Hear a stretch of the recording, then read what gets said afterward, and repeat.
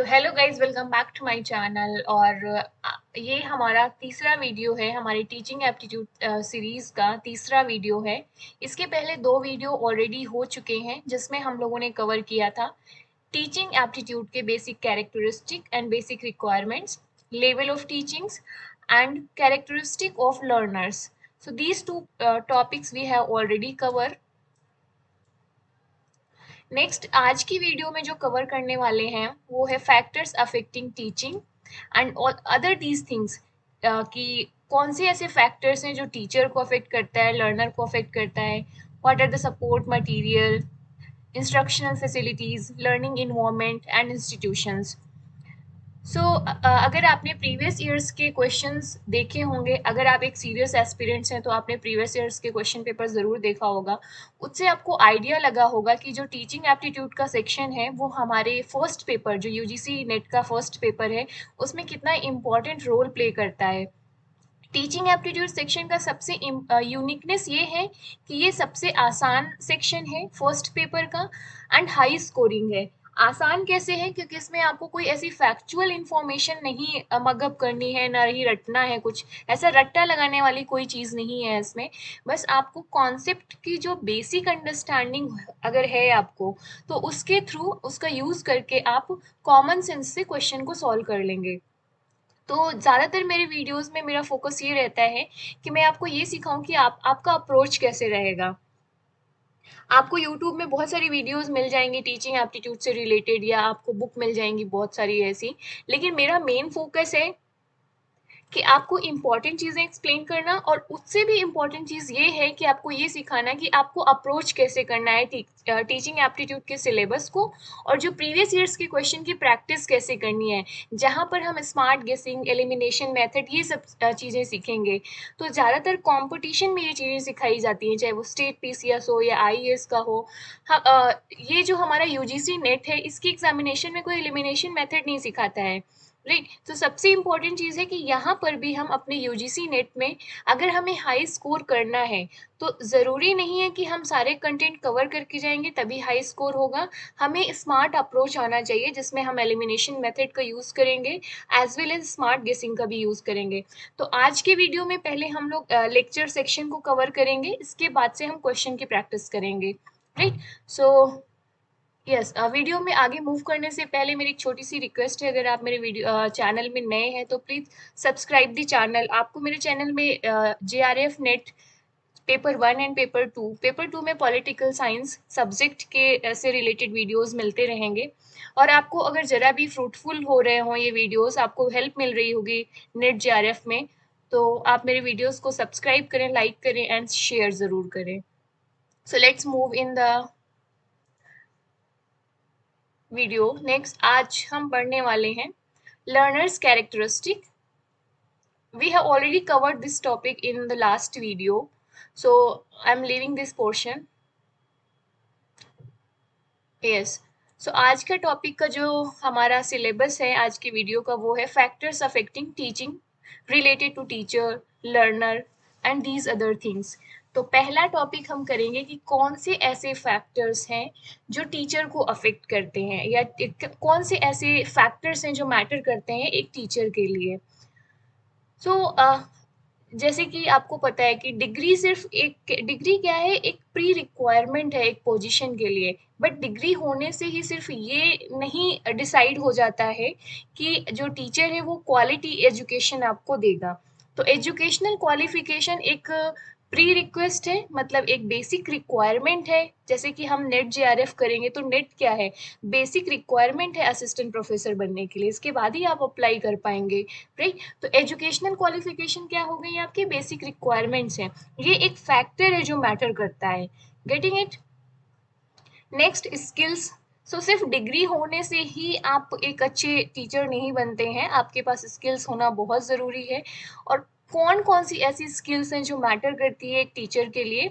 So these are the following skills जो यहाँ पर मेंशन की है नोट्स में मैंने। Communication skills, for better involvement and engagement. अगर आप अच्छा कम्युनिकेशन इस्टेब्लिश करते हैं स्टूडेंट्स के बीच में, तो इससे क्या होगा, इन्वॉल्वमेंट और जो इंगेजमेंट है स्टूडेंट्स की वो इंक्रीज होगी।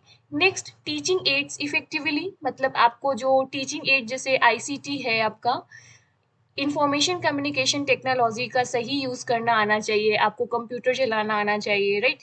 आपको क्या है, आपको आपको प्रोजेक्टर में काम करना, स्लाइड्स बनाना, ये सब चीज़ें क्या है, हेल्प करती हैं टीचिंग एड्स पे। आपको एक्सपेरिमेंट करके किसी भी कॉन्सेप्ट को समझा पाना, ये सब क्या है, ये हेल्प करते हैं। ये सारे फैक्टर्स हैं बेसिकली जो टीचिंग में मैटर करते हैं एक टीचर के लिए। तो यहाँ पर हम क्या पढ़ रहे हैं, एक टीचर के पर्सपेक्टिव से पढ़ रहे हैं। अभी हम आगे लर्नर के पर्सपेक्टिव से पढ़ेंगे। नेक्स्ट है कि सिलेक्शन ऑफ टीचिंग मेथड। तो टीचिंग मेथड कैसा है एक टीचर का, ये भी एक फैक्टर है जो उसकी टीचिंग में मैटर करेगा। Teaching method in the sense है कि आप जैसे modern, conventional and ICT based जो टीचिंग मेथड हैं, या डिस्कशन ओरिएंटेड हो गया, लर्नर्स ओरिएंटेड हो गया, आपका ग्रुप डिस्कशन, ब्रेनस्टॉर्मिंग हो गया, राइट, या आपका एक्सपेरिमेंटल बेस्ड हो गया, ये सारे क्या है, टीचिंग मेथड हैं। टीचिंग मेथड बहुत सारे होते हैं और ये सब्जेक्ट टू सब्जेक्ट डिफर करता है कि कौन सा टीचिंग मेथड कहाँ पर सूट करेगा। तो इसकी एप्रोप्रिएट नॉलेज होना एक फैक्टर है जो मैटर करता है टीचिंग में। पैशन फॉर टीचिंग, ये तो मोटिवेट करेगा, मोटिवेशन देगा एक टीचर को टीचिंग कंटिन्यू करने के लिए। तो पैशन बहुत ज़रूरी है, ये भी एक फैक्टर है जो मोटिवेट करता है टीचर पॉइंट ऑफ व्यू से। नेक्स्ट आप आ जाओ एक्सपीरियंस। आपको पता है एक्सपीरियंस बहुत मैटर करता है। तो एक्सपीरियंस के बेसिस पे ही आप देखते हैं कि कोई जो आपके सीनियर्स हैं वो आपको सजेस्ट करते हैं कि आप कैसे आप प्रिपरेशन करें। आज मैं आपको यहाँ पे सिखा रही हूँ या ये एक्सप्लेन कर रही हूँ, तो मैं अपने एक्सपीरियंस के बेसिस पे ही कर रही हूँ, क्योंकि मैंने खुद क्वालिफाई किया है जेआरएफ। तो उसके बेसिस पे ही मैं आपको बताने में यहाँ पे कम्प्लीटली एबल हूँ कि हाँ, आप कैसे इसकी प्रिपरेशन करो, कैसे फर्स्ट पेपर को अप्रोच करो, टीचिंग एप्टीट्यूड को कैसे आप अप्रोच करेंगे, ये सब मैं अपने एक्सपीरियंस के थ्रू ही आपको शेयर कर पा रही हूँ, राइट। तो एक्सपीरियंस बहुत मैटर करता है कि आप कि आपका टीचिंग कैसा होगा, आपका लर्निंग कैसा होगा, गेटिंग इट। तो एक्सपीरियंस एक फैक्टर हो जाता है जो टीचर पर्सपेक्टिव से मैटर करेगा। सब्जेक्ट मैटर, किस टाइप का कंटेंट डिलीवर कर रहे हैं ना लेक्चर देने पे, उसकी क्वालिटी कैसी है, ये सारी चीज़ें भी एक फैक्टर हैं जो मैटर करते हैं टीचिंग में। तो ये तो हो गया आपका टीचिंग पर्सपेक्टिव से। तो अभी हम देखते हैं लर्नर्स का क्या है, एक बार समराइज कर लेते हैं हम लोग टीचर के पर्सपेक्टिव से। तो educational qualification, skills, communication skills, right, teaching method, use of teaching method, passion, experience, subject matter. These are some major, these are not the only, right? Just mind it. These are some major characteristics, some major factors from the teacher perspective. Next है learner. तो learner में आप देख लो, आप एक student हैं, आप एक लर्नर हैं, तो आप अच्छे से गेस कर पाएंगे, इमेजिनेशन कर पाएंगे कि एक लर्नर के पॉइंट ऑफ व्यू से कौन से फैक्टर्स इम्पॉर्टेंट होते हैं। एक छोटा सा एग्जाम्पल अगर लें, तो जैसे होता है ना, बिलीफ, प्रायर नॉलेज होना, ये भी एक फैक्टर है जो लर्नर की लर्निंग उस प्रोसेस में एक फैक्टर की तरीके काम करता है। कैसे, जब आप क्लास जाएंगे कोई लेक्चर अटेंड करने की अपने कॉलेज, यूनिवर्सिटी या स्कूल में इवन, अगर आप वो चैप्टर ठीक से पहले से आप एक बार रीडिंग लगाकर घर से आते हैं और क्लासरूम में उसे जब लेक्चर लेते हैं आप, तो वो आपको ज़्यादा आसानी से समझ में आएगा as compare to those students जो पहली बार पढ़ रहे हैं क्लासरूम में। उन्होंने एक बार भी इसकी रीडिंग नहीं लगाई है, वो फर्स्ट टाइम सीधे इसको क्लासरूम में ही पढ़ रहे हैं टीचर से, तो उसके कंपैरिजन में आपको ज़्यादा समझ में आएगा। तो ज़्यादातर मेरा भी जैसे अपने स्टूडेंट्स को यही रिकमेंडेशन रहती है कि नेक्स्ट जो लेक्चर होने वाला है वो उसको एक बार बुक से रीडिंग लगा कर आएंगे। अगर वो रीडिंग लगा कर आएंगे तो लेक्चर को वो बेटर रिलेट कर पाएंगे, गेटिंग इट। वो पहले से अवेयर होंगे कि वर्ड्स क्या थे, क्या क्या उसमें कंटेंट था, क्या कॉन्सेप्ट था, कुछ बेसिक अंडरस्टैंडिंग रहेगी। एटलीस्ट वो वर्ड या कॉन्सेप्ट से तो फेमिलियर होंगे, तो जो क्लासरूम का लेक्चर होगा वो उसमें ज़्यादा आसानी से समझ पाएंगे। तो ये भी क्या है, एक जो प्रायर नॉलेज है वो भी एक फैक्टर है लर्नर पर्सपेक्टिव से। Next, language. लैंग्वेज एक फैक्टर है जो लर्नर पर्सपेक्टिव से बहुत मैटर करती है। फॉर एग्जांपल हिंदी हिंदी का कोई स्टूडेंट है, वो इंग्लिश मीडियम की क्लास में जाकर बैठ जाता है तो उसे आपको पता है कि कितना समझ में आएगा, या इंग्लिश मीडियम का स्टूडेंट जाकर हिंदी मीडियम क्लास में बैठ जाता है तो उसे क्या समझ में आएगा। तो लैंग्वेज क्या है, एक फैक्टर है लर्नर पर्सपेक्टिव से। तो लैंग्वेज बहुत मैटर करती है, आपको पता है। आप ही यूट्यूब में अगर आप हिंदी मीडियम के हैं तो आप हिंदी में सर्च करते हो अपने वीडियोस, और अगर आप इंग्लिश मीडियम के हैं तो आप इंग्लिश में वीडियोस देखेंगे, राइट। सो ये चीजें हैं जो मैटर करती हैं, ये सारे फैक्टर्स हैं जो मैटर करते हैं। सो हो सकता है कि जैसे ये वीडियोस हैं तो हिंदी के स्टूडेंट्स को उतना नहीं समझ में आएंगे, बट मेरा एक्सप्लेनेशन हिंदी में इसीलिए रहता है कि इससे आपको क्या है ना, दोनों मीडियम के स्टूडेंट्स को समझ में आएगा, हिंदी और इंग्लिश के स्टूडेंट्स को। तो ये हो गए कुछ और फैक्टर्स हैं, जैसे लैंग्वेज के साथ में कल्चरल एंड सोशल बिहेवियर्स हो गया, इंटेलिजेंस हो गया, बिलीफ हो गया, सोशियो इकोनॉमिक स्टेटस हो गया। ये सारे फैक्टर्स इन्फ्लुएंस करते हैं। Getting it? नेक्स्ट आ जाइए सपोर्ट मटेरियल में। तो सपोर्ट मटेरियल बेसिकली क्या है, सपोर्ट सिस्टम क्या है, इन्फ्लुएंस करता है टीचर को भी एंड स्टूडेंट्स को भी। ये एक टीचर की जो टीचिंग एबिलिटी है उसे इंक्रीज करता है। Getting it? स्टूडेंट का जो लर्निंग प्रोसेस है उसको इनहेंस करेगा, उसे इफेक्टिव बनाता है।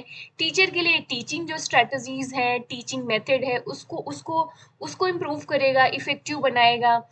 फॉर एग्जाम्पल आप जब देखेंगे क्लासरूम में, अगर कोई कोई आपका टीचर आकर simply lecture they they, for अभी आप इसी क्लासरूम को ले लो, तो यहाँ पर आपके सामने पीडीएफ है, नोट्स है जो आपको स्लाइड में दिख रहे हैं, साथ में एक्सप्लेनेशन है। तो ये क्या है, जो ये टेक्नोलॉजी का हम लोग यूज कर रहे हैं, ये क्या है, सपोर्ट मटेरियल हो गया। तो यहाँ से आपको ठीक से समझ में आ रहा है, राइट। लेकिन अगर मैं यही आपको कंटेंट ना शो करूं, ये नोट्स ना दिखाऊं और सीधे सिर्फ लेक्चर दूं, तो हो सकता है शायद आपको इतनी क्लैरिटी नहीं आएगी कॉन्सेप्ट में।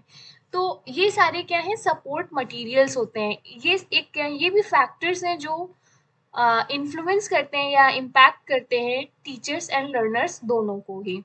तो student assessment scores, teaching strategies क्या है, ये भी सपोर्ट मटेरियल में आ जाएगा। Lesson plan, standard and benchmark, effective use of traditional modern and ICT based tools. ICT based tools जैसे आपका हो गया प्रोजेक्टर हो गया, and right, audio and visible form में जो वीडियोस दिखाकर आपको एक्सप्लेन करना, ये सारी चीजें क्या हो गई, सपोर्ट मटेरियल में आ जाएंगे। नेक्स्ट है इंस्ट्रक्शनल फैसिलिटीज। सो यहाँ पर आप देखोगे इंस्ट्रक्शनल फैसिलिटीज क्या है, अगर मोटा मोटा बोला जाए तो आपको क्या है, एक टीचर की रिस्पॉन्सिबिलिटी सिर्फ ये नहीं है कि आपको वो सिर्फ लेक्चर डिलीवर करे, उसकी रिस्पॉन्सिबिलिटी क्या हो जाती है, आपका जो प्रेशर है उसको कम करना, एनजाइटी को कम करना, आपको मोटिवेट करना स्टडी के लिए, आपके लिए जो लर्निंग प्रोसेस है उसको इजी बनाना, जिससे कि आपके जो स्टूडेंट्स हैं वो उसको इंटरेस्ट आए फर्दर स्टडी के लिए या लॉन्ग टाइम स्टडी के लिए, लॉन्ग आवर्स के लिए आप। तो ये सारी चीज़ें क्या हैं, ये इंस्ट्रक्शनल फैसिलिटीज़ हैं जो हेल्प करती हैं, ये फैक्टर्स के रूप में काम करती हैं। ओके, लर्निंग इन्वायरमेंट, जो क्लासरूम इन्वायरमेंट है उसके हिसाब से अगर देखा जाए तो जो क्लासरूम इन्वायरमेंट है वो उसमें क्या फैक्टर्स मैटर करते हैं।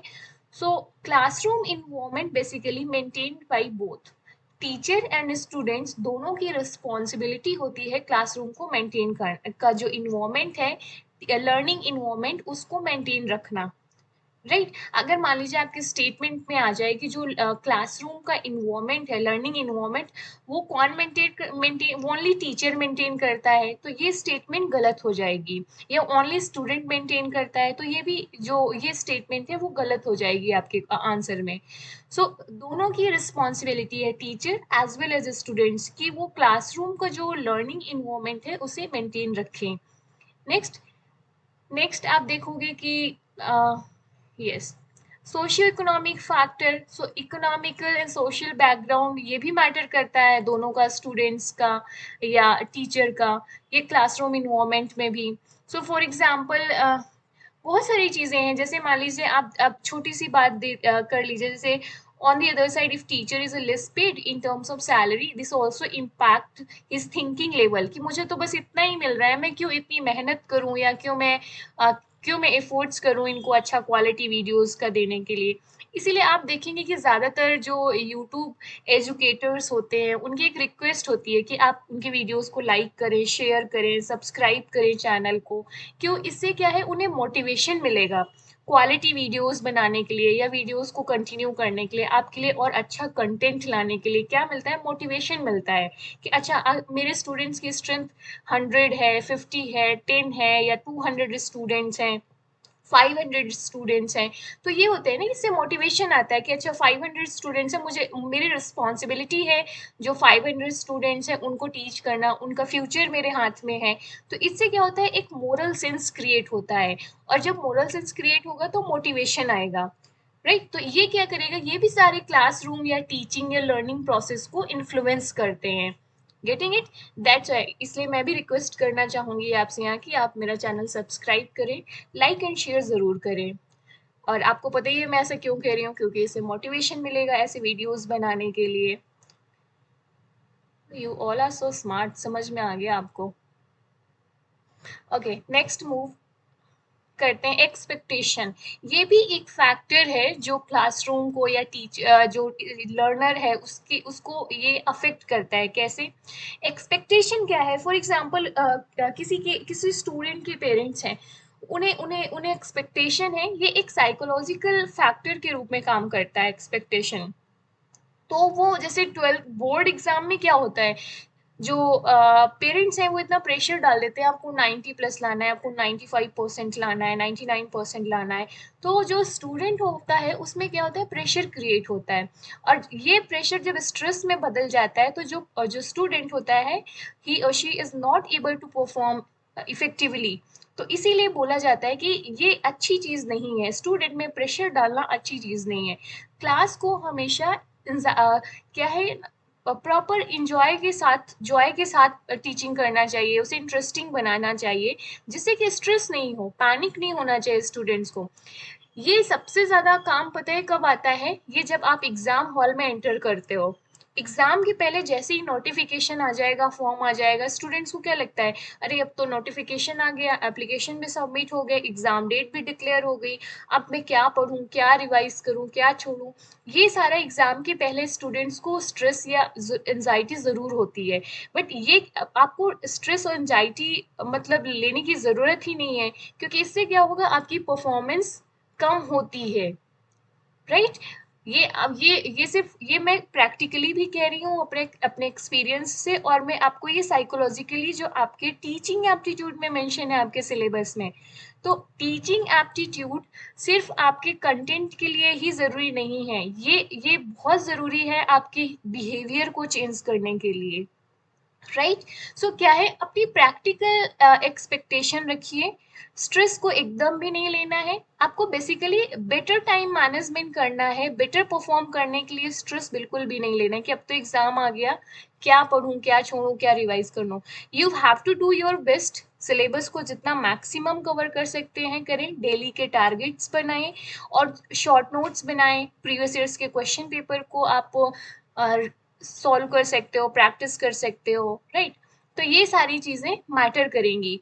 तो स्ट्रेस क्या करता है, परफॉर्मेंस को डाउन करता है। Just mind this point here guys. Next आ जाओ इंस्टीट्यूशन। तो इंस्टीट्यूशन में ऐसे कौन से फैक्टर्स होते हैं जो मैटर करते हैं टीचर को या लर्नर को? सो वहाँ जो भी इंस्टीट्यूशन होगी, वहाँ की एडमिनिस्ट्रेटिव पॉलिसी होगी, वो भी लर्निंग प्रोसेस को अफेक्ट करती है, राइट। ये फैक्टर एक फैक्टर के रूप में काम करती है।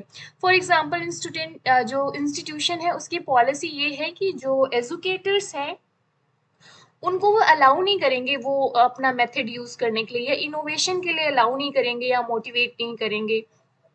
क्या करेंगे, उनका एक सेट पैटर्न होगा और टीचर को उसी पैटर्न में लेक्चर देना है। फॉर एग्जाम्पल इंस्टीट्यूशन में होता है ना, ज्यादातर जो फॉर्मल इंस्टीट्यूशन होते हैं कि आपको एक फिक्स्ड क्राइटेरिया है, उसके बेसिस पे ही आपको लेक्चर लेना है या टीचिंग करना है। सो यहाँ पे क्या है, आप एक भी आप जो एजुकेटर्स होंगे उनको उनको फ्रीडम नहीं होती है कि वो अपना टीचिंग मेथड चूज कर पाएँ, अपना स्ट्रैटेजी चूज कर पाएँ। तो ये सारे भी फैक्टर्स मैटर करते हैं किसमें, टीचिंग प्रोसेस में। Getting it? So this lead to dissatisfaction in teacher causing learning process to slow down. तो इस तरीके के जो निगेटिव रिस्ट्रिक्शंस होते हैं वो क्या करते हैं, जो लर्निंग या टीचिंग प्रोसेस को स्लो डाउन करते हैं। Getting it? तो इंस्टीट इसीलिए बोला जाता है कि एक हेल्दी वर्क इन्वायरमेंट होना बहुत ज़रूरी है। सो आप देखोगे आजकल यूट्यूब में एजुकेटर बहुत सक्सेस हैं क्योंकि उनके पास फ्रीडम होती है अपनी जो टीचिंग स्टाइल है, स्ट्रेटजी है, उसको लेकर। फॉर एग्जांपल अगर मान लीजिए आपके कॉलेज में किसी एक प्रोफेसर को लगता है कि वो आपको जो गार्डन है जो आपके डिपार्टमेंट का वहाँ ले जाकर प्रैक्टिकल डिस्कशन के थ्रू या प्रैक्टिकल के जो मीन्स है उनके थ्रू बैठकर आपको कोई लेसन टीच करे। बट डिपार्टमेंट्स की कुछ ऐसी पॉलिसीज हैं कि वो ये स्ट्रेटजी अडॉप्ट नहीं कर सकते। वहाँ का पैटर्न है, वहाँ का ट्रेंड है कि आप क्लासरूम में ही वो भी कैसे प्रोजेक्टर के थ्रू, स्लाइड्स के थ्रू क्लासेस लेनी है। Getting it? तो ये क्या है, टीचर को यहाँ पे फ्रीडम नहीं है। तो ये क्या करेगा उस टीचर के लिए, उसको डिससेटिस्फेक्शन क्रिएट करेगा, राइट? निगेटिवली हैम्पर करेगा यहाँ पर ना। तो जो प्रोसेस होगी उसकी टीचिंग की वो स्लो डाउन हो जाएगी। तो ये हो गया इंस्टीट्यूशन से रिलेटेड फैक्टर्स जो मैटर करते हैं। तो यहाँ हो गया, आज का लेक्चर इतना ही है। ये छोटा सा टॉपिक था, कोई बहुत बड़ा टॉपिक नहीं है आज का। तो हमने कुछ फैक्टर्स देखे, अब इनके बेसिस पे हम क्वेश्चन की प्रैक्टिस करते हैं। So these are some questions जो आपको अभी तक के लेक्चर में जो हमने कवर किया है वो उससे आप उसके बेसिस पे ये क्वेश्चन करने में आपको हेल्प मिलेगी। Okay guys, so these are the questions which we are going to practice. First question है कि a teacher has to teach a class of students who are busy talking among themselves। मतलब question का ये है कि एक teacher है, उसको क्लास लेनी है, बट जो क्लास के स्टूडेंट्स हैं वो आपस में बातचीत करने में बिजी हैं। तो ऐसी सिचुएशन में वो टीचर क्या करेगा? This is the question. So ये सिंपल सिंपल ऐसे ही क्वेश्चन आते हैं आपके टीचिंग एप्टीट्यूड्स हैं जो लॉजिकल बेस्ड होते हैं। तो फर्स्ट ऑप्शन क्या है, start teaching and hope the student will listen, कि मतलब क्लास लेना शुरू कर देगा और इस होप में कि हाँ स्टूडेंट उसे सुनना शुरू कर देंगे। बी ऑप्शन क्या है, call for attention and wait until the students are ready to listen, teach to the few student sitting in the front. ये तो बिल्कुल ही गलत है ना, कि क्योंकि एक टीचर के लिए तो सारे स्टूडेंट्स एक जैसे होते हैं, इक्वल होते हैं। तो ऐसा थोड़ी है कि जो आगे फ्रंट रो में स्टूडेंट्स बैठे हैं वो उनको पढ़ाना शुरू कर देंगे। तो ये हम तो सी ऑप्शन कट कर देंगे आप। Express displeasure and go out of the class, ये तो बिल्कुल भी अलाउड नहीं होता है एक टीचर के लिए। ये बिल्कुल भी मतलब एक्सेप्टेबल नहीं होगा कि हाँ ये तो स्टूडेंट्स बात कर रहे हैं तो हम बाहर चले जाएं। ये कैसे? हम एक टीचर का काम होता है मैनेज करना, ना कि भागना प्रॉब्लम से, प्रॉब्लम को सोल्यूशन निकालना। तो प्रॉब्लम ये है कि जो स्टूडेंट्स हैं वो आपस में बातचीत करने में इन्वॉल्व हैं और टीचर को लेक्चर लेना है। ऐसे सिचुएशन में एक टीचर क्या करेगा, कॉल फॉर अटेंशन बोलेगा ना, कि अभी शांत हो जाओ। आप अपनी क्लास में अगर याद हो, अगर आपको जो स्कूल डेज हो या कॉलेज डेज में, तो क्या होता था, टीचर आते ही बोलते थे ना शांत हो जाइए आप।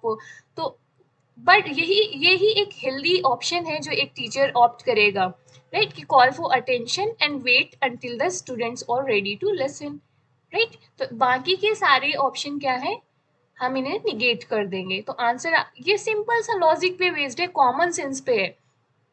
और अभी हमने ऊपर पढ़ा ना एक्सपीरियंस जो लर्निंग प्रोसेस में या टीचिंग प्रोसेस में मैटर करता है। तो आप अपने एक्सपीरियंस के बेसिस पे भी इसको सही कर सकते हो, लॉजिक के बेसिस पे तो कर ही सकते हैं इसको। तो होप सो क्वेश्चन 1 आपको क्लियर है, इस पे कोई डाउट नहीं है। अगर आपको कोई डाउट होता है तो आप मुझे कमेंट बॉक्स में पूछ लेना, मैं आपको एक्सप्लेन कर दूंगी इसको। Okay, next second question, a few students in your class are exceptionally bright you will teach them, मतलब आप एक टीचर हैं, आपको इस तरीके के क्वेश्चन में क्या करना है ना, आपको इमेजिन करना है कि आप एक टीचर हैं और आपके सामने कुछ स्टूडेंट्स हैं, वो क्या है, एक्सेप्शनली ब्राइट हैं, मतलब बहुत अच्छे स्टूडेंट्स हैं। So you will teach them, तो क्या ये क्या है, कौन से मेथड लोगे आप, राइट, या कैस कौन सी स्ट्रेटजी ऑप्ट करेंगे आप as a teacher. So along with the class, so अगर अलोंग विद द क्लास करेंगे तो फिर तो उनकी जो क्यूरियोसिटी है, जो लर्निंग प्रोसेस है, वो तो स्लो डाउन होगी क्योंकि एक्सेप्शनली ब्राइट है वो। तो उनकी जो रिक्वायरमेंट्स है वो फुलफिल नहीं हो पाएंगी अगर आप सबको एक जैसा पढ़ाएंगे यहाँ पर। नेक्स्ट है अलोंग विथ हायर क्लासेस, आप उन्हें हायर क्लासेस में भेज देंगे, ये भी पॉसिबल नहीं है। क्यों? क्योंकि वो उसे तो ट्वेल्थ क्लास ही करनी है। अब ट्वेल्थ क्लास का बच्चा बहुत अच्छा है तो ऐसा थोड़ी है कि आप बिना ट्वेल्थ क्लास पास कराए उसे ग्रेजुएशन में भेज दोगे, उसे आप ट्वेल्थ क्लास कंप्लीट कराएंगे पहले ना, ग्रेजुएशन के पहले। तो ये भी ऑप्शन नहीं है। By using interest programs only when they want, मतलब आप उन्हें तभी पढ़ाएंगे जब वो पढ़ना उन्हें ज़रूरत होगी, अदरवाइज आप उन्हें नहीं पढ़ाएंगे, तो ये भी पॉसिबल नहीं है। क्लास में अटेंडेंस तो सभी की मार्क होगी ना। सो आपके पास बेटर ऑप्शन, अब इसमें हो सकता है कि इस तरीके के क्वेश्चंस में आपको एक से ज़्यादा ऑप्शन सही लगे, लेकिन हमें सबसे क्या है, मोस्ट एप्रोप्रिएट आंसर चूज करना है। इस तरीके के क्वेश्चन आपको बहुत मिलेंगे टीचिंग एप्टीट्यूड में, रिसर्च एप्टीट्यूड में, जहाँ पे फैक्चुअल इंफॉर्मेशन नहीं होती है, लॉजिकल बेस्ड इंफॉर्मेशन होती है। तो एक से ज़्यादा ऑप्शन हो सकता है, आपको लगे कि नहीं ये भी ऑप्शन मुझे सही लग रहा है, ये भी ऑप्शन मुझे सही लग रहा है। ऐसा होता है ना एग्जाम हॉल में, अगर आपको एक्सपीरियंस होगा, आपने पहले कभी दिया होगा यूजीसी नेट का एग्जाम, तो कई सारे ऑप्शन होंगे। मुझे तो लगता था कि मुझे लगता था ये भी ऑप्शन सही होगा, ये भी ऑप्शन सही होगा, बट क्या है, हमें क्या करना होता है, मोस्ट एप्रोप्रिएट आंसर चूज करना होता है, कि दो सही लगने वाले ऑप्शन में जो सबसे ज्यादा सही लगेगा उसे चूज करना होता है। Getting it? तो यहाँ पे क्या होगा, इनरिस्ट प्रोग्राम्स जो उनकी एक्सेप्शनली ब्राइट जो है, उनके जो लर्निंग रिक्वायरमेंट्स है उसको फुलफिल कर पाएगा। Getting it? सो आपका सी ऑप्शन ठीक हो जाएगा। यहाँ पर आते हैं नेक्स्ट क्वेश्चन में। It is said that teacher should be resourceful, this means that, मतलब इसका क्या मतलब है कि एक टीचर को रिसोर्सफुल होना चाहिए, इसका क्या मतलब है, इससे आप क्या समझते हो? सो आते हैं ऑप्शन में। ही शुड हैव इनफ मनी, तो रिसोर्स का मतलब सिर्फ मनी ही तो नहीं है, तो ये तो सीधे ही आप कट कर देंगे कि he should have enough money and property so that he may not have to take up tuitions, तो ये कट कर देंगे आप। He should have contacts with high authorities so that he may not be harmed, ये कैसा ये है, resourceful का ये मतलब नहीं है कि एक टीचर के लिए ये सब चीज़ें बिल्कुल मैटर नहीं करती कि मनी कितना है, हाई अथॉरिटीज के साथ कॉन्टैक्ट कितना है, राइट। मतलब कोई टीचर का वीसी के साथ अच्छा इक्वेशन है तो इट डजेंट मीन दैट की the teacher is resourceful. He should have adequate knowledge so that he may be able to solve the problems of his students. ठीक है, it makes sense. D option भी देख लेते हैं। अब सी, ज्यादातर students का प्रॉब्लम क्या होता है, उन्हें लगेगा कि सी ऑप्शन सही है बिल्कुल, और इसको वो मार्क कर देंगे और वो नेक्स्ट ऑप्शन पढ़ेंगे ही नहीं। बट इस वाले क्वेश्चन में ठीक है, सी ऑप्शन सही है, लेकिन ज्यादातर क्या होता है कि हमें इससे भी अप्रोप्रिएट ऑप्शन नेक्स्ट ऑप्शन में दिया होता है, बट हमें लगेगा ये तो सही लग रहा है कि हाँ रिसोर्सफुल का ये मीनिंग हो सकता है और हम इसे मानेंगे। बट हो सकता है कुछ क्वेश्चन में कि सबसे जो अप्रोप्रिएट जो ऑप्शन होगा वो नीचे दिया हो।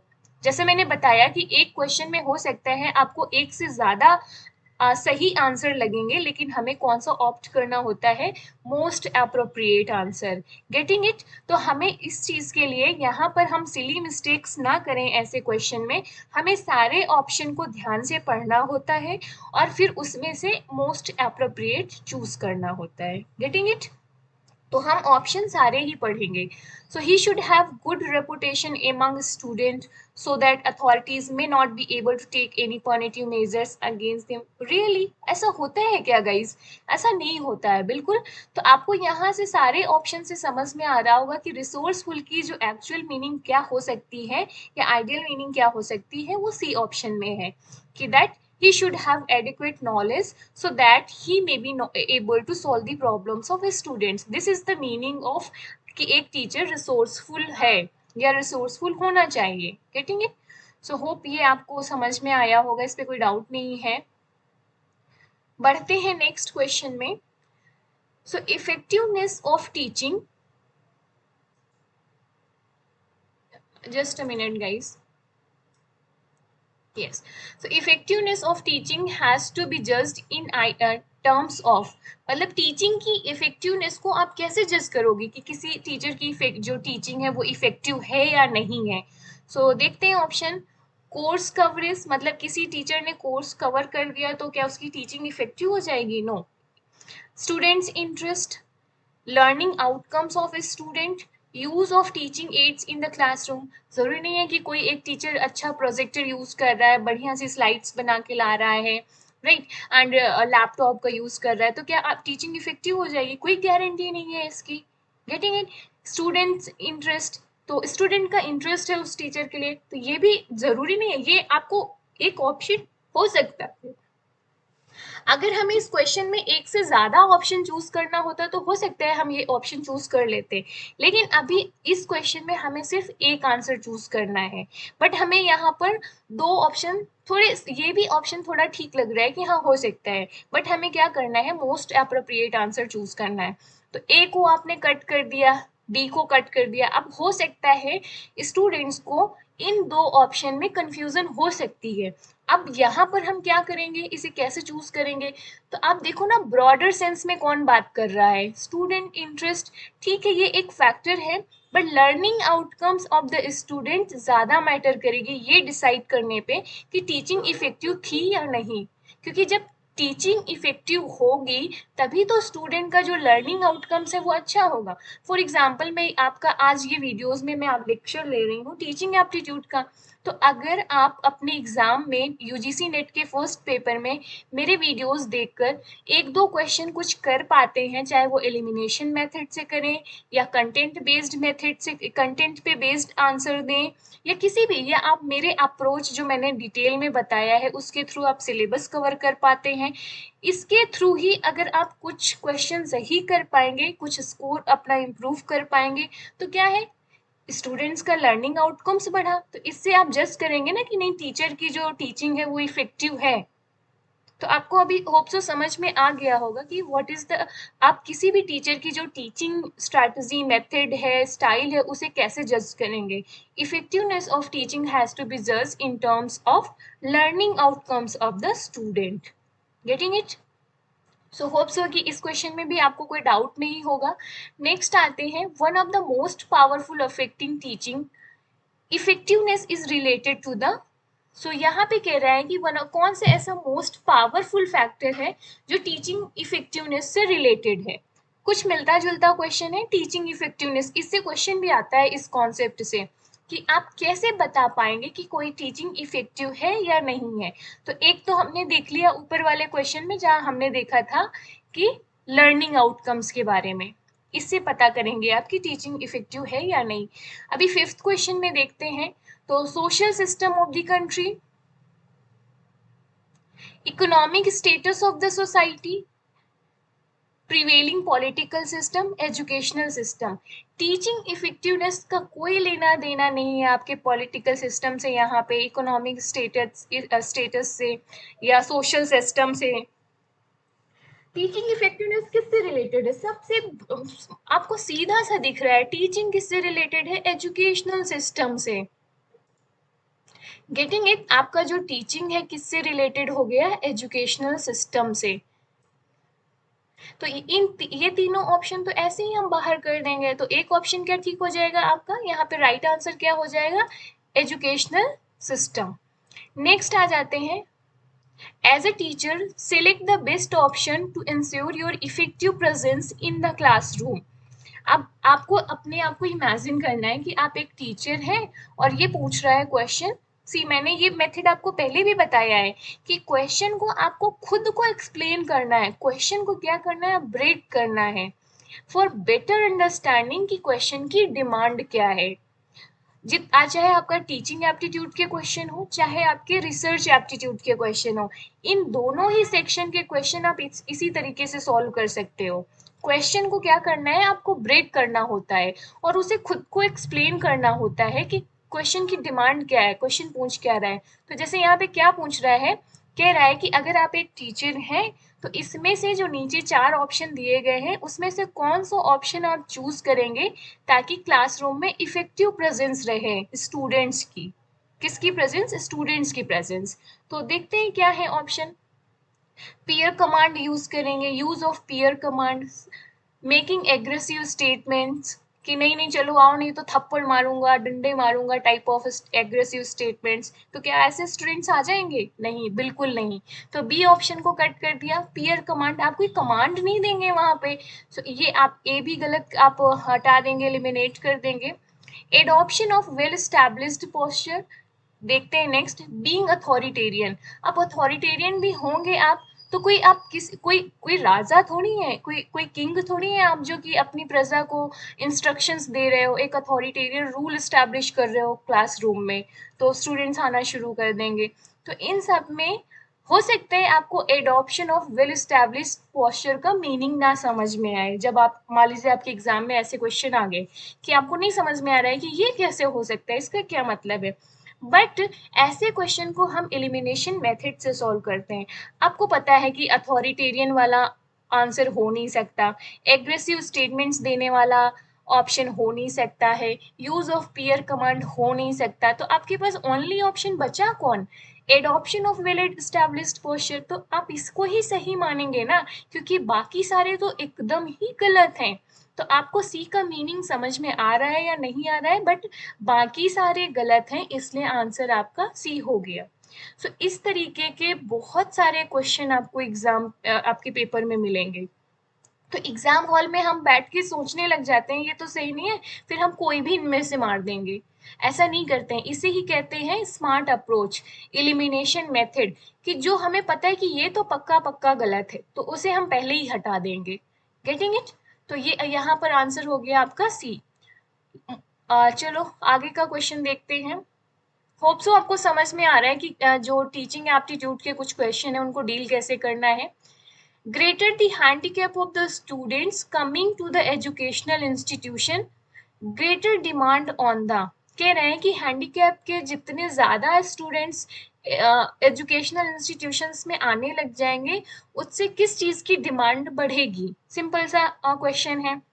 स्टेट की डिमांड, फैमिली की डिमांड, सोसाइटी की डिमांड, टीचर की डिमांड। अब आप कॉमन सेंस लगाइए, ऐसे क्वेश्चन आपको किसी भी नोट्स में नहीं मिलेंगे और ना ही किसी बुक में मिलेंगे। ये सारे क्वेश्चन क्या इसीलिए कॉमन सेंस से डील होते हैं। इसीलिए मेरा फोकस है आपको ये सिखाना कि क्वेश्चन को एग्जाम हॉल में कैसे टैकल करते हैं, कैसे कॉमन सेंस के बेसिस पे हम सही करते हैं, सही ऑप्शन चूज करते हैं। आप इससे ये पैनिक मत हो जाना कि अरे इस टाइप का क्वेश्चन तो मैंने किसी भी नोट्स या किसी भी बुक में नहीं पढ़ा है। इससे पैनिक नहीं होना है। ज़्यादातर स्टूडेंट्स को मैंने देखा है कि वो इसी चीज़ से पैनिक हो जाते हैं कि ये क्या पूछ लिया, ऐसी कोई चीज़ तो हमने कभी पढ़ी ही नहीं है। बट ये सारे क्वेश्चन हम कॉमन सेंस से सॉल्व करते हैं। तो यहाँ पर देखो कि ये कह रहा है कि जब सिंपल इसमें हैंडीकैप आपको कंफ्यूज करने के लिए लगाया गया है। सिंपल ये है कि एजुकेशनल इंस्टीट्यूशन में स्टूडेंट्स की जो नंबर है वो बढ़ता है, तो इससे क्या होगा, किस चीज़ की डिमांड बढ़ेगी। अब स्टूडेंट का इस स्टेट से क्या लेना देना, फैमिली से क्या लेना देना, एजुकेशनल इंस्टीट्यूशन में सोसाइटी से क्या लेना देना, टीचर से लेना देना है ना। जब नंबर ऑफ स्टूडेंट एक एजुकेशनल इंस्टीट्यूशन में बढ़ेंगे तो बट ऑब्वियस है बाय डिफॉल्ट टीचर की डिमांड बढ़ेगी। अगर आज 50 स्टूडेंट्स हैं तो एक टीचर बट पढ़ा रहा है, कल को 100 स्टूडेंट्स हो जाएंगे तो दो टीचर की जरूरत पड़ेगी। Getting it? तो स्टूडेंट्स कोई भी हो, आपको यहाँ पे जो हैंडीकैप टर्म लगाया गया है ये कंफ्यूज करने के लिए लगाया गया है। तो स्टूडेंट कोई भी हो, नॉर्मल स्टूडेंट हो या डिफरेंटली एबल्ड स्टूडेंट्स हो, गर्ल्स स्टूडेंट हो, कोई भी स्टूडेंट हो, एजुकेशनल इंस्टीट्यूशंस में इनका नंबर बढ़ेगा तो किस चीज़ की डिमांड बढ़ेगी, टीचर की डिमांड बढ़ेगी। सो होप सो कोई डाउट नहीं है इस क्वेश्चन में भी आपको। नेक्स्ट आ जाते हैं, which of the following statement about teaching aids are correct. तो यहाँ पर किससे क्वेश्चन पूछा है, टीचिंग एड से, वो भी करेक्ट ऑप्शन पूछा है। आपको क्वेश्चन में ये करेक्ट इनकरेक्ट इन सब चीजों को भी ध्यान देना है। कई बार क्या होता है हम ये पढ़ते नहीं है कि क्या पूछा है, पता चला यहाँ पे लिख दिया इनकरेक्ट और हम तो सोच रहे हैं ये तो करेक्ट ही पूछा होगा और हमने फटाफट आंसर मार्क कर दिया करेक्ट, गलत हो जाएगा फिर। तो ऐसी चीज में सबसे पहले सर्कल कर लेना होता है ऐसे वर्ड्स को कि अच्छा क्या पूछा है, करेक्ट स्टेटमेंट्स पूछे हैं, इनकरेक्ट स्टेटमेंट पूछे हैं, इनको हम सर्कल कर लेते हैं पेन से। So they help in retaining concepts for longer duration. क्या पूछा है कि टीचिंग एड्स के बारे में करेक्ट स्टेटमेंट पूछा है। ठीक है, सिंपल से हमने ऊपर पढ़े है ना कि टीचिंग एड्स कैसे एक फैक्टर है जो टीचिंग और लर्निंग जो प्रोसेस है उसको अफेक्ट करता है। सो दे हेल्प इन रिटेनिंग, दे यहाँ पे किसकी बात कर रहा है, टीचिंग एड्स की। So help in retaining concept for longer duration, ठीक है, make sense. They help students learn better, okay ठीक है, it make sense. They make teaching learning process interesting, बिल्कुल बिल्कुल बात है। टीचिंग एड्स के थ्रू में जैसे आपको यहाँ पे वीडियोस दिखा के बता दी जाए, फॉर एग्जांपल आप नाइट्रोजन साइकिल पढ़ रहे हैं इन्वायरमेंट में और एक वीडियो के थ्रू आपको दिखाया गया कि कैसे नाइट्रोजन साइकिल होती है, वाटर साइकिल कैसे होती है, तो आपको बेटर इंटरेस्टिंग भी लगेगा, समझ में भी अच्छा आएगा और लंबे समय तक याद रहेगा। दे इनहेंस रोट लर्निंग। अब देखो इस तरीके के जो टीचिंग एड हैं, अब अभी तीन तो आपको समझ में आ गए, ठीक। फर्स्ट आप ये तो कट कर दो। अभी आपका तीसरा ऑप्शन भी सही है कि लर्निंग प्रोसेस को इंटरेस्टिंग बनाते हैं, तो डी ऑप्शन भी खत्म हो गया, सी ऑप्शन भी एलिमिनेट हो गया, तो सी एंड डी तो हमारे आंसर हैं ही नहीं। अब हम ए एंड डी में देखते हैं, तो 1 2 3 तो हमारे करेक्ट हैं, ये हमें पता है। 4 देखते हैं, they help students, sorry, they enhance rote learning. अब जो टीचिंग एड है वो रोट लर्निंग को डिस्करेज करने के लिए किया जाता है, राइट। रोट लर्निंग का क्या है, रट्टा मार चीजों को बढ़ावा देना, राइट। बट जो टीचिंग एड है उनका काम क्या है, इंटरेस्टिंग बनाना, क्योंकि रट्टा मारने वाली चीजें तो बहुत बोरिंग होती है ना। आपको भी पता है जब आपको फैक्ट्स रटने पड़ते हैं तो कितना मुश्किल होता है। नेट जेआरएफ का एग्जाम निकालना कितना कितना मुश्किल होता है एज कम्पेयर टू बीए के एग्जाम्स देना या ग्रेजुएशन पोस्ट ग्रेजुएशन के एग्जाम देना, क्योंकि हम तो वहाँ आसानी से भी आते हैं, लिखना पड़ता है केवल बस, यहाँ तो फैक्ट्स रटने हैं आपको, राइट, अच्छे से समझना है। तो ये सब यहाँ पे क्या है, टीचिंग एड है, ये रोट लर्निंग को प्रमोट नहीं करता, तो इसे हम एलिमिनेट कर देंगे, तो हमारा आंसर क्या हो जाएगा, B. Next, technique use by teacher to teach include. कौन ऐसी टेक्निक है जो टीचर यूज करता है टीचिंग के लिए। सो lecture, interactive lecture, group work, self study. तो सेल्फ स्टडी टीचिंग के लिए तो नहीं यूज की जाती, ये तो स्टूडेंट या टीचर खुद अपने लिए ही यूज करेगा। तो यहाँ पर क्या है, सेल्फ स्टडी को आप कट कर देंगे, तो क्या ऑप्शन बचता है, 1 2 3। तो आपका ए ऑप्शन ठीक हो जाएगा, क्योंकि टीचर लेक्चर तो देता ही है ना टीचिंग प्रोसेस में। इंटरेक्टिव लेक्चर भी होता है कि मतलब आपसे क्वेश्चन भी पूछेगा, आप आंसर भी करेंगे।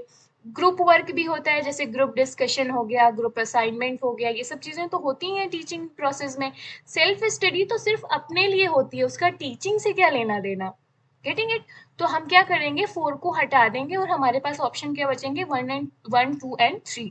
तो ये हमारा राइट आंसर हो जाएगा। ओके, नेक्स्ट आ जाते हैं नेक्स्ट क्वेश्चन में। A good teacher is one who, तो एक गुड टीचर की कैरेक्टरिस्टिक है बेसिकली, ये नोट्स में मेंशन भी था आपके, गिव यूजफुल इंफॉर्मेशन, ठीक है। अब क्या क्या करेंगे लोग, बस एक ऑप्शन पढ़ेंगे। ज्यादातर स्टूडेंट्स को मैंने क्या देखा है, वो बस क्या होता है ना, टाइम का लिमिटेशन होता है, एग्जाम हॉल में आप जब बैठेंगे तो टाइम बहुत जल्दी जल्दी भागता है, तो ऐसे में क्या होता है, स्टूडेंट पैनिक करेगा, तो बस वो फटाफट आंसर लगाने के उस पे रहते हैं। तो यहाँ पर क्या करेंगे, एक अच्छा टीचर क्या है, अच्छा जो इन्फॉर्मेशन दे, यूजफुल इन्फॉर्मेशन दे, हाँ यही होगा, सही मार दिया और आगे बढ़ गए। ऐसे में क्या होता है, ये आंसर गलत होने के जो चांसेस है वो बढ़ जाते हैं। क्यों, क्योंकि हो सकता है इससे भी अप्रोप्रिएट आंसर दिया हो आपके ऑप्शंस में। तो हमें सारे ऑप्शन केयरफुली पढ़ने हैं पहले, देन आंसर मार्क करना है। मैं बार बार इस चीज पे फोकस कर रही हूँ क्योंकि मैंने लोगों को बहुत, मतलब बहुत ही इस मिस्टेक को करते देखा है। बहुत जल्दी जल्दी में सब ऐसे करते हैं, पूरे ऑप्शन नहीं पढ़ेंगे, एक कोई ठीक ऑप्शन लगेगा उसी को मार के आगे बढ़ जाएंगे। बहुत कॉमन मिस्टेक है जो स्टूडेंट करते हैं ये। Explains concept and principle, gives printed notes to student, inspire student to learn. अब देखो आपको बी ऑप्शन भी यहाँ पे लगेगा, ये भी तो सही है। एक अच्छा टीचर क्या करता है, कॉन्सेप्ट को एक्सप्लेन, कॉन्सेप्ट एंड प्रिंसिपल को अच्छे से एक्सप्लेन करेगा। बट यहाँ पर देखो सबसे अप्रोप्रिएट आंसर क्या है, इंस्पायर्स स्टूडेंट टू लर्न। एक अच्छा टीचर की क्या क्वालिटी होती है, वो स्टूडेंट को इंस्पायर करता है, मोटिवेट करता है लर्न करने के लिए। Getting it? तो हमारा मोस्ट अप्रोप्रिएट आंसर क्या हो गया, इंस्पायर्स स्टूडेंट टू लर्न। तो होप सो आपको ये समझ में आया होगा कि इस तरीके के क्वेश्चन को डील कैसे करते हैं। सिर्फ एक ऑप्शन पढ़ने से आप कभी भी आंसर मार्क नहीं करेंगे, जस्ट माइंड इट। पूरे ऑप्शन पढ़ेंगे और मोस्ट अप्रोप्रिएट आंसर को चूज करेंगे। नेक्स्ट आ जाते हैं, maximum participation of students during teaching is possible through. So maximum participation of students कैसे होगा क्लास में, किसके थ्रू होगा, lecture method, demonstration method, inductive method, text book method. तो अब आपको इसमें चूज करना है। तो अब सिंपल सा कॉमन सेंस लगाइए, टेक्स्ट बुक मेथड मतलब बुक देख के पढ़ा दिया तो क्या इस ये इंटरेस्टिंग बनाएगा क्लास को? नहीं, मैक्सिमम पार्टिसिपेशन ऑफ स्टूडेंट का क्लास में या टीचिंग में कब होगा, जब क्लास इंटरेस्टिंग होगी। अब आपको ऑप्शन से देखना है कि किस ऑप्शन से आपकी क्लास इंटरेस्टिंग होगी। एज अ स्टूडेंट आपको सबसे इंटरेस्टिंग क्या लगेगा, टेक्स्ट बुक रीड कर दे कोई तो क्या आपको इंटरेस्टिंग लगेगा? नहीं लगेगा, तो आप डी ऑप्शन को हटा देंगे। लेक्चर मेथड को आप देखिए, लेक्चर मेथड आप देख लीजिए। लेक्चर मेथड में क्या है, टीचर आया, लेक्चर दिया और चला गया, स्टूडेंट को आप समझ में आया या नहीं आया कोई मतलब नहीं। तो ये आपको इंटरेस्टिंग लगेगा क्या? नहीं लगेगा। Inductive method, demonstration method, demonstration method is the right option. कैसे? क्योंकि जब आपको टीचिंग में या क्लासरूम में कोई चीज डिमॉन्स्ट्रेट करके दिखाई जाएगी, जैसे प्रोजेक्ट असाइनमेंट के थ्रू, तो क्या है आपको ज्यादा समझ में आएंगी चीजें, चीजें इंटरेस्टिंग भी लगेगी। जब क्लासेस इंटरेस्टिंग होगा, स्टडी जो प्रोसेस है वो इंटरेस्टिंग होगी, तो क्या है मैक्सिमम पार्टिसिपेशन इंश्योर किया जा सकता है क्लास में। इसीलिए इस चीज पे फोकस किया जाता है कि जो क्लासरूम टीचिंग हो वो क्या हो, इंटरेस्टिंग हो, जिससे कि मैक्सिमम पार्टिसिपेशन इंश्योर किया जा सके स्टूडेंट्स का। तो डिमॉन्स्ट्रेशन मेथड क्लास को इंटरेस्टिंग बनाता है। Getting it? तो होप सो कि 11th क्वेश्चन आपको समझ में आया होगा। 12th में आते हैं, 12th क्वेश्चन। क्वेश्चन आज का वीडियो थोड़ा लंबा हो रहेगा गाइस, लेकिन ट्रस्ट में कि ये बहुत यूजफुल होने वाला है क्योंकि हम क्वेश्चन प्रैक्टिस कर रहे हैं। सिर्फ लेक्चर पढ़ लेना ही सफिशिएंट नहीं होता है, नोट्स पढ़ लेना ही सफिशिएंट नहीं होता, आपको क्वेश्चन की प्रैक्टिस करनी ही पड़ेगी। क्योंकि जैसे आप ही क्वेश्चन जो हमने ये प्रैक्टिस करा, इससे आपको ये समझ में आया होगा कि हमें कैसे मोस्ट अप्रोप्रिएट आंसर को चूज करना है। आप सिर्फ नोट्स पढ़ के छोड़ दोगे तो ये सब चीजें नहीं सीख पाएंगे ना, फिर आप कितनी भी मेहनत कर लो, फिर आप राइट आंसर तो कभी नहीं चूज कर पाएंगे। 12th क्वेश्चन में आते हैं, instructional aids are used by the teacher to glorify the class, attract the students, clarify the concepts, ensure discipline। अब जो टीचिंग एड्स या इंस्ट्रक्शनल एड्स यूज करता है टीचर, उनका क्या पर्पस होता है, हमने अभी ऊपर देखा। उससे क्या होगा, इंटरेस्टिंग बनाना चीजों को, और उसके थ्रू आप जो आपके क्लासेस हैं, कॉन्सेप्ट है, उसको क्लैरिटी प्रोवाइड करना स्टूडेंट को, right. So attract the students के लिए तो कोई भी टीचर अपना नहीं करेगा। ग्लोरीफाई द क्लास, ये क्या मतलब है, तो कोई मतलब क्लास को ग्लोरीफाई करने से क्या मतलब है। डिसिप्लिन इंश्योर करने के तो दूसरे तरीके हैं ना, कि स्टूडेंट्स को एंगेज रखिए, आप उन्हें पार्टिसिपेशन करवाइए उनका। तो ये किस लिए करेगा, आपका इंस्ट्रक्शनल एड है जो, इसका क्या पर्पज है, clarify the concepts. Question number 13, which one of the following is considered a sign of motivated teaching. इसमें पूछ रहा है कि कौन सा इन ऑप्शन में से कौन एक साइन है of motivated teaching. Student asking question, maximum attendance of the student, pin drop silence in the classroom, students taking notes. अब मोटिवेटेड टीचिंग का क्या मतलब है? आपको ऑप्शन सब ठीक से पढ़ो।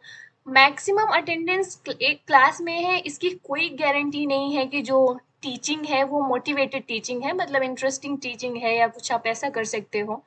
स्टूडेंट्स नोट्स ले रहे हैं तो ये कैसे करोगे कि मोटिवेटेड टीचिंग है, स्टूडेंट्स को मोटिवेट कर रहा है।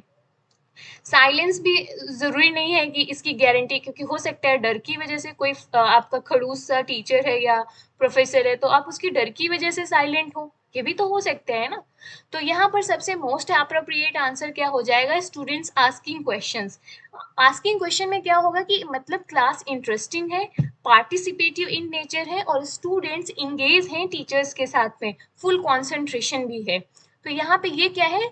Student taking asking question is a sign of motivated teaching. Okay, so common sense की बात है यहाँ पर।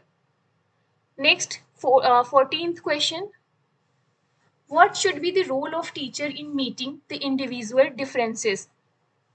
Okay, what should be the role of teacher in meeting the individual differences?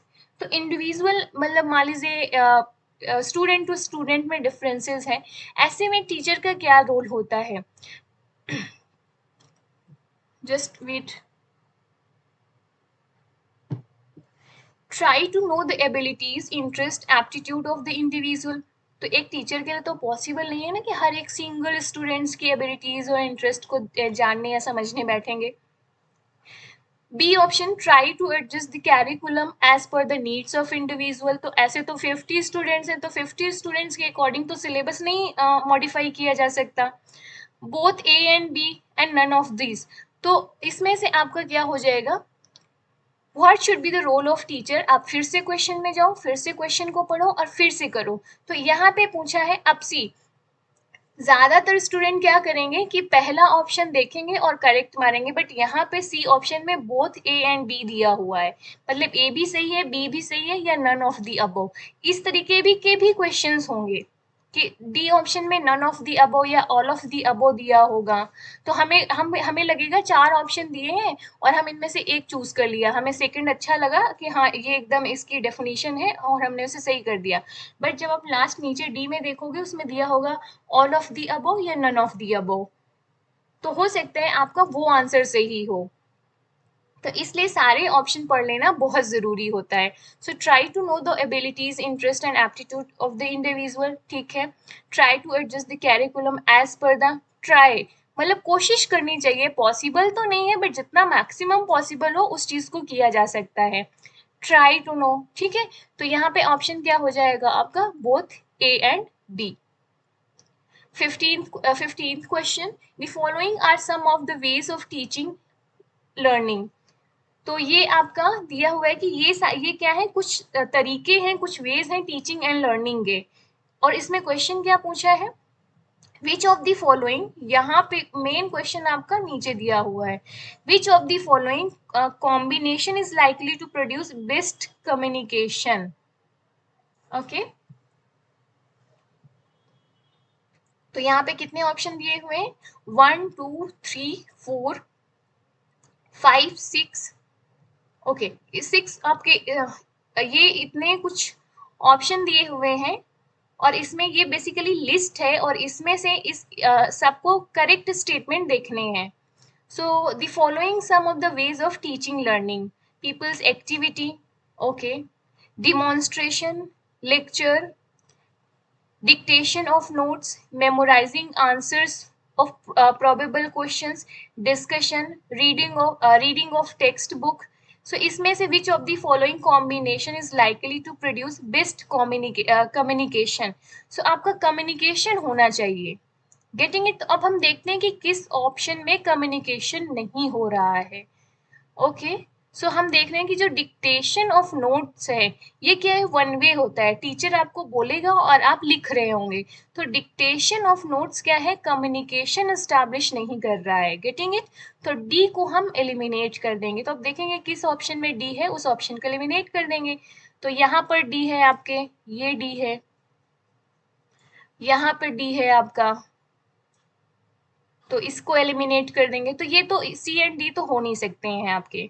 अब एक और देखते हैं, इसमें डिफरेंस क्या है देख लेंगे। सी दोनों में कॉमन है, एफ कॉमन है, जी ई एंड बी ए। अब इसमें देखते हैं अप्रोप्रिएट आंसर कौन सा हो गया। ओके, बी देखते हैं, डिमॉन्स्ट्रेशन। ठीक है, ये कम्युनिकेशन एस्टैब्लिश करेगा। लेक्चर, सो लेक्चर क्या होता है आपका, कम्युनिकेशन ने एस्टैब्लिश करेगा। लेक्चर क्या है, वन वे है, टीचर आएगा आपको लेक्चर देगा और चला जाएगा। सो लेक्चर क्या हो गया आपका, वन वे कम्युनिकेशन। तो यहाँ पर बेस्ट कम्युनिकेशन तो नहीं प्रोड्यूस कर रहे हैं ना, तो आपका सी कहाँ पर है, दोनों में है। नेक्स्ट आपका डिफरेंस आ रहा है बी में ना, सो बी क्या है, डिमॉन्स्ट्रेशन। ओके, नेक्स्ट है आपका G, reading of text book. So reading of text book and E option कहाँ है आपका,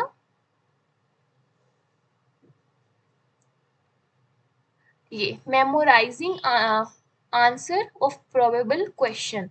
ठीक है, सिर्फ memorising answers of probable question. So आपको, आप एग्जाम्पल में देख जब आपका एग्जाम होता है तो आप क्या करते हो, आप देखते हो कि ना कि कौन कौन से क्वेश्चन प्रोबेबल हैं, आप उन्हें मेमोराइज कर रहे हो।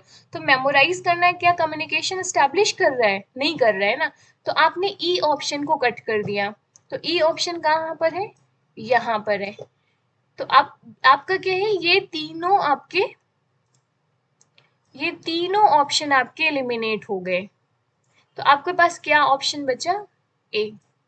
सो सी, इस तरीके के जो कंफ्यूजिंग क्वेश्चन होते हैं, जो 15th क्वेश्चन है, जो बहुत ही कंफ्यूजन क्रिएट करते हैं, इस तरीके के क्वेश्चन को टैकल करने का सबसे अच्छा तरीका कौन सा है, एलिमिनेशन मेथड, जो हमने अभी प्रैक्टिस किया। सबसे पहले हमने डी ऑप्शन को एलिमिनेट किया, डिक्टेशन। फिर हमने लेक्चर को एलिमिनेट किया, फिर हमने क्या किया, मेमोराइजिंग आंसर्स को एलिमिनेट किया और हमने राइट आंसर निकाला। अगर आप सोचो कि ऑप्शन केवल पढ़ के, यहाँ से लिस्ट पढ़ के आप सही आंसर का कॉम्बिनेशन निकाल लेंगे, तो ये कभी सही आंसर नहीं होगा आपका ये वाला। सो ज़्यादातर आप देखोगे फर्स्ट पेपर का जो क्वेश्चन का नेचर होता है या टाइप होता है, वो इसी तरीके के क्वेश्चंस होते हैं। तो ऐसे में आपको एलिमिनेशन मेथड बहुत हेल्पफुल होता है। और ये सच में, मैं मतलब मेरे एक्सपीरियंस, जब मैंने एग्जाम दिया है या जितने मैंने प्रैक्टिस किए हैं, उन सब में अगर आप एलिमिनेशन मेथड यूज करेंगे तो आपका स्कोर बहुत अच्छा होगा। Getting it? तो होप्स आपको एलिमिनेशन मेथड की इंपॉर्टेंस समझ में आई होगी। सो आज के लिए बस इतना ही करते, नहीं तो क्वेश्चन बहुत आपका जो वीडियो है थोड़ा लंबा हो जाएगा, फिर आपके लिए बोरिंग लगेगा। बट अगर आपको इंटरेस्टिंग लग रहा हो तो बाकी, अभी हमारे पास कितने क्वेश्चन बच रहे हैं, अरे बस 5 और क्वेश्चन है, कर लेते हैं। 5 क्या 4 क्वेश्चन है, बस कर लेते हैं।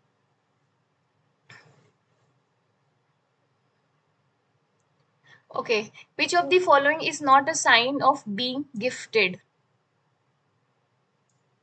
Curiosity, creativity, poor relationship with peers, interest in extra reading. तो ये क्वेश्चन क्या पूछ रहा है आपका, नॉट। तो सबसे पहले आप नॉट को सर्किल करेंगे।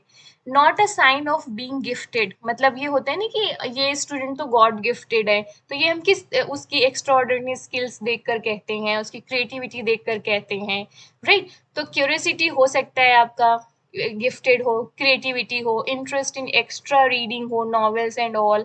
But poor relationship with poor, हम इसे नहीं कहेंगे कि ये गिफ्टेड है, ये तो आप अपने बिहेवियर से बनाते हैं ना। तो इसमें पूछा है नॉट, कौन सा नहीं है बीइंग गिफ्टेड का। तो आपका कौन सा सही आंसर, जो यहाँ पर आंसर होगा वो आपका होगा पुअर रिलेशनशिप विद पीयर्स। क्योंकि ये तो आपके बिहेवियर पे डिपेंड करता है ना, कि आपके पीयर्स अपने फ्रेंड्स के साथ में या कलीग के साथ में, बैचमेट के साथ में किस तरीके का रिलेशन होगा। ये तो आपका बिहेवियर, आपका नेचर पे डिपेंड करेगा, राइट। तो आपका आंसर कौन सा हो जाएगा, सी। An intelligent student is not doing well in studies. Okay, what is the best course of the action for teacher? एक बहुत इंटेलिजेंट स्टूडेंट है but not doing well in studies, तो ऐसे में एक टीचर को क्या करना चाहिए। स्टूडेंट बहुत इंटेलिजेंट है बट फिर भी पढ़ाई में अच्छा नहीं कर पा रहा है, तो यहाँ पर अगर आप टीचर हो उस स्टूडेंट के तो क्या करोगे। चलिए ऑप्शन देखते हैं। वेट टिल ही परफॉर्म बेटर, तो क्या आप वेट करोगे कि जब तक वो अच्छा परफॉर्म नहीं करता है? Find out reason for his under achievement, give him grace marks in examination, तो क्या सिर्फ इसलिए उसे अच्छे मार्क्स आप दे देंगे क्योंकि वो इंटेलिजेंट है? तो ये तो बिल्कुल नहीं हो सकता। Ask his parents to withdraw from the school, ये क्या बात हुई भाई? ये तो एक टीचर कभी स्टेप नहीं लेगा। टीचर का काम है मोटिवेट करना ना पढ़ाई के लिए। वेट करोगे तो वेट तो करना क्या हो गया? तो आप मतलब आप भाग रहे हो अपनी अपनी जो मोरल ड्यूटीज हैं बीइंग अ टीचर। तो सबसे राइट ऑप्शन क्या हो जाएगा? Find out the reason for his under achievement. आप ये जानने की कोशिश करेंगे कि उसके अंडर परफॉर्म करने का रीजन क्या है। तो यहाँ पर आपका राइट आंसर क्या हो जाएगा? B. Okay. Next, which of the following are essential for a head of an institution to manage his job efficiently and effectively? So यहाँ पे आपका पूछा है कि जो head of the institution है उसको अपनी जॉब अच्छी और इफिशियंट करने के लिए क्या ज़रूरी होता है? तो हमें इसमें से करेक्ट ऑप्शन चूज करने हैं। सो professional qualification in teacher education, post graduate qualification, फिर इस तरीके के क्वेश्चन को हम क्या करेंगे? एलिमिनेशन मेथड से हल करेंगे। Getting it? तो हाँ, post graduate qualification and discipline, familiarity with the socio political situation in the locality, soft skills training, good communication skills. तो आप देखेंगे अब इसमें सही आंसर क्या होगा। ओके, सो ये सॉफ्ट स्किल्स तो होनी ही चाहिए ना, तो ये वाला तो हमें लगेगा कि ये होना चाहिए। गुड कम्युनिकेशन स्किल भी होना जरूरी है। सिचुएशन से भी familiarity with the socio political situation in the locality. और यहाँ पे क्या पूछा है? हेड ऑफ द इंस्टीट्यूशन, तो उसकी जॉब क्या है? सोशल की जो सोशियो पॉलिटिकल सिचुएशन से उसको क्या लेना देना? एक हेड ऑफ द इंस्टीट्यूशन की क्या जॉब होती है? सबसे पहले तो आपको जॉब नेचर पता होना चाहिए ना एक हेड ऑफ द इंस्टीट्यूशन का। उसका तो यही है ना कि इंस्टीट्यूशन अच्छे से परफॉर्म करे, वहाँ की एक्टिविटीज ठीक हो, सारे एम्प्लॉयज पंक्चुअल होना चाहिए, डिसिप्लिन मेंटेन रहे, राइट, क्लासेस प्रॉपरली चलें, एग्जामिनेशन हेल्ड हो, राइट। ये सारे जॉब है ना, तो उसका इस जॉब से क्या लेना देना? जो आपका यहाँ पे फेमिलियरिटी वाले के साथ में दिया हुआ है कि वहाँ की जो लोकेलिटी है, वहाँ की सोशियो पॉलिटिक सिचुएशन है, उससे फेमिलियर होना चाहिए। ये उसकी जॉब का पार्ट नहीं है, तो सी ऑप्शन हम हटा देते हैं अगर यहाँ से। ठीक है, तो सी ऑप्शन आपका कहाँ है? यहाँ पर है, यहाँ पर भी है और सी में भी है। तो राइट ऑप्शन आपके पास क्या बचा? डी। सिर्फ इसी पॉइंट को हमने हटाया है, सी को।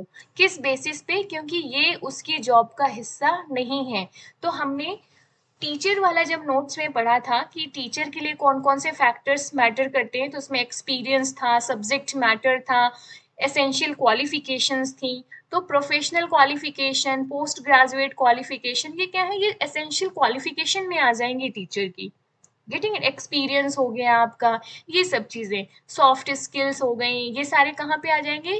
टीचर की स्किल्स में आ जाएंगे। तो ये सारे फैक्टर्स हैं जो मैटर कर रहे हैं टीचर के लिए, तो जो हमने ऑलरेडी नोट्स में डिस्कस किया है ये चीज। तो यहाँ पर आपका राइट आंसर क्या हो जाएगा? D. Last question of the today's class. The best method to study growth and development of the child is comparative method, developmental method and statistical method। तो best method to study growth के लिए क्या है? Developmental method. इससे आप idea लगाएंगे। Getting it? तो ये हो गया आपके आज का लेक्चर, यहाँ पे खत्म होता है गाइस। और होप सो कि आपको ये समझ में आया है और आपके लिए हेल्पफुल रहेगा। सो वीडियो थोड़ी लंबी हो गई, इसके लिए सॉरी, लेकिन हाँ आपको अच्छे से एक्सप्लेन करना था, क्वेश्चन की प्रैक्टिस करानी थी, इसके लिए बस लंबा किया है ये video. So thanks a lot. Thanks for watching guys. See you in the next video.